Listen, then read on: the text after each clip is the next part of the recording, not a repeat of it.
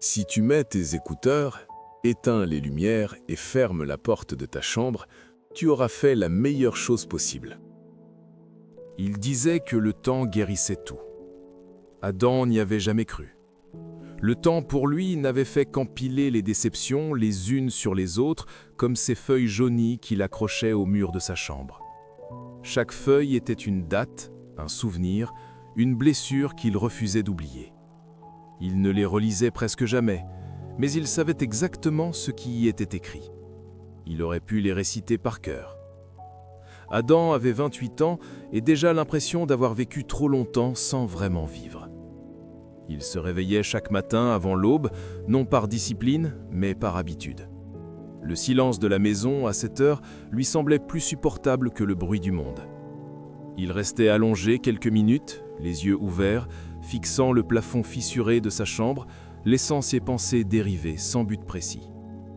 Sa chambre était simple, presque austère. Un lit étroit, un bureau encombré de papiers inutiles, une chaise grinçante et ce mur face à lui qui portait les traces de son passé récent. 7 feuilles y étaient accrochées, soigneusement alignées.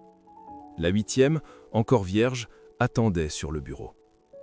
Adam se leva lentement, se lava le visage à l'eau froide, observa son reflet dans le miroir.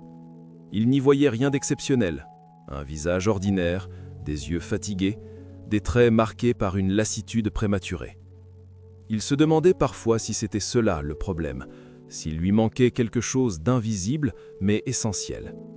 Il s'habilla sans réfléchir, attrapa ses clés et sortit. Adam vivait dans un quartier modeste, où les rues se ressemblaient toutes. Les mêmes façades ternies, les mêmes visages pressés, les mêmes conversations répétées. Il connaissait chaque coin de rue, chaque échoppe, chaque bruit. Rien ne le surprenait plus. Diplômé de la faculté de commerce du Caire depuis 6 ans, il avait longtemps cru que son diplôme serait une clé pour ouvrir les portes d'un avenir meilleur, pour prouver sa valeur, pour être enfin assez. Mais la réalité avait été moins généreuse. Il travaillait dans un petit bureau, un emploi sans prestige ni perspective. Le salaire suffisait à peine à couvrir ses besoins essentiels. Chaque fin de mois ressemblait à la précédente. Calcul, renoncement, patience forcée. Ses collègues parlaient souvent de projets, de mariage, de voyages. Adam écoutait en silence, souriait parfois, sans jamais vraiment participer. Il se sentait comme un spectateur de la vie des autres. Ce n'était pas qu'il manquait d'ambition, au contraire, il en avait trop peut-être, mais elle s'était heurtée trop souvent à des murs invisibles. Elle était entrée dans sa vie comme une évidence. Adam l'avait rencontrée des années plus tôt, à une époque où il croyait encore que l'amour suffisait. Elle était douce, intelligente, discrète. Avec elle, il se sentait compris, sans avoir besoin de parler. Il l'aimait d'un amour calme, profond, sans éclat inutile. Lorsqu'il avait décidé de demander sa main pour la première fois, il était convaincu que tout se passerait bien. Il avait préparé ses mots, choisi ses vêtements avec soin, répété la conversation dans sa tête des dizaines de fois. Le refus avait été poli, respectueux, presque gêné.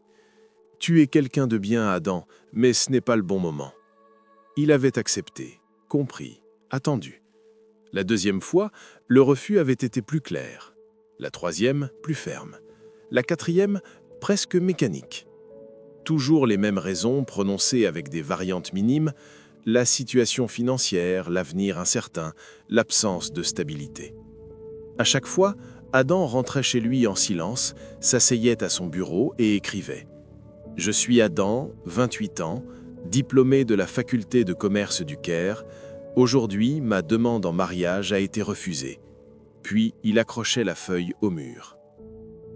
Le mur devint un rituel. Après le 7e refus, Adam avait cessé d'espérer une réponse différente. Pourtant, quelque chose en lui refusait d'abandonner. Peut-être était-ce de l'amour, peut-être de l'orgueil, peut-être simplement la peur du vide. La 8e demande fut la plus douloureuse. Non pas à cause des mots, mais à cause du regard. Un regard où il ne restait plus ni hésitation ni regret, seulement une certitude froide. Ce soir-là, Adam rentra chez lui plus tôt que d'habitude. Il ne salua personne. Il entra dans sa chambre, ferma la porte, s'assit face à son bureau. Il prit une feuille blanche. Sa main tremblait légèrement tandis qu'il écrivait. Chaque mot lui coûtait plus qu'il ne voulait l'admettre. Il relut ce qu'il avait écrit, puis se leva, accrocha la feuille à côté des autres. 8 feuilles. 8 preuves qu'il n'était pas assez. Il recula de quelques pas, observa le mur dans son ensemble. Il eut l'impression étrange que ces feuilles n'étaient plus seulement des souvenirs, mais des juges silencieux. Les nuits étaient les pires. Adam restait éveillé longtemps, allongé sur son lit, les yeux ouverts dans l'obscurité. Les questions revenaient sans cesse, toujours les mêmes. Qu'avait-il fait de travers? À quel moment avait-il perdu la course? Était-ce sa faute ou celle du monde? Il pensait à ses années d'études, à ses rêves d'autrefois. Il se souvenait de l'étudiant plein d'espoir qu'il avait été, convaincu que l'effort serait récompensé. Il se demandait où était passé cet homme. Parfois, une colère sourde montait en lui, une révolte silencieuse contre un monde qui semblait mesurer la valeur des êtres humains à des critères qu'il ne maîtrisait pas. Mais cette colère s'éteignait vite, étouffée par la fatigue. Ce fut un jour comme les autres. Adam sortit du travail plus tard que d'habitude. Le ciel était déjà sombre, l'air lourd. Il marcha sans direction précise, comme s'il cherchait quelque chose sans savoir quoi.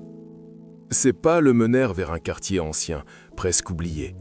Les rues y étaient plus étroites, les bâtiments plus vieux. Il n'y venait presque jamais. Il s'arrêta devant une maison abandonnée, attiré par une sensation étrange, difficile à expliquer. La porte était entr'ouverte, l'intérieur plongé dans l'ombre. Adam hésita.